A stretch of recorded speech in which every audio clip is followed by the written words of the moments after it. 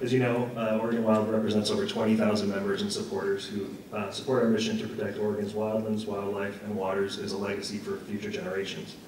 Whenever I speak those words here, I'm reminded how similar our missions really are.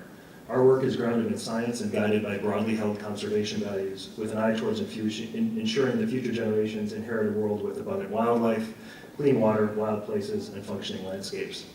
However, we do not believe ODFW and this commission are adhering to your mission with the latest proposal to weaken Oregon's wolf plan. This plan fails to reflect the overwhelming public comment the agency has received, the many criticisms from the scientific community, or the proven facts on the ground of what has worked to prevent conflict with livestock. As it stands, Oregon Wild cannot support the changes to this wolf plan, and we do not take that position lightly. If the commission chooses to adopt this latest draft revision, it will be the first time in this plan's history that we will be unable to support it. As far as we're aware, not a single non-consumptive wildlife conservation organization supports this plan. Not one. If you or your staff are interested in meaningfully addressing any of our concerns, we would welcome knowing what those are.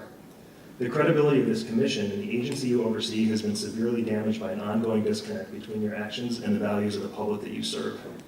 Throughout this process, the majority of Oregonians, through oral testimony and public comments, have indicated that they want to see enforceable measures that ensure sufficient, timely, and transparent use of non-lethal measures to prevent conflict between livestock and wolves, no language that would allow members of the public to hunt, trap, or poison wolves, and no language which would put a foot in the door for future sport hunting. They've asked for clear, defensible, and transparent sideboards to which ODFW and stakeholders are accountable for when wolves can be killed in the event of chronic depredation, and not to kill wolves for eating their natural prey. The plan proposed today directly contradicts what has been truly overwhelming input from the general public that you serve.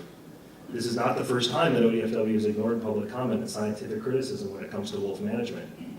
We've not yet compiled the numbers for this process, but we don't think that it's going to be significantly departed from 2015 when this agency and the commission received more than 22,000 public comments opposed to removing endangered species protections and critiques from dozens of independent scientists from around the country.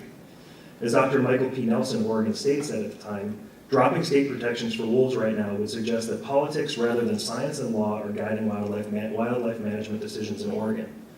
As predicted by scientists, the decision to strip endangered species protections for wolves led to more poaching, more conflict, more dead wolves, and less public trust in ODFW. Now, with this proposal to weaken Oregon's wolf plan and open the door to sport hunting and trapping, ODFW appears to be headed down the same road again. Again, public comment from Oregonians has overwhelmingly opposed these proposals, and the scientific community has roundly criticized it. During this process, you've heard directly from scientists cited in the plan that it is biased, fundamentally flawed, and both misrepresents and misapplies their science. They and the Oregon public deserve a direct and meaningful response. Since the wolf plan revision process began 2 years ago, wildlife conservation organizations have submitted hundreds of pages of documents, testimony, scientific background, and policy proposals. We've testified on many different occasions, participated in stakeholder work groups, and offered detailed, specific proposals to improve the plan. However, the latest ODFW staff proposal moves even further in the opposite direction. We've had a great deal of process and ample opportunity to testify, but process is no substitute for substance. Regardless of how you feel about wolves or the people who value them, when ODFW operates in this fashion, it only serves to erode public trust and support in the agency and worsen its ongoing mission and funding crisis. In written submissions and several iterations of testimony, we've highlighted the serious problems with this draft plan and provided fixes that meet the goals of the agency and take into account the concerns of other stakeholders. I'm not going to bore you by going into detail on them yet again today, but I do want to highlight one final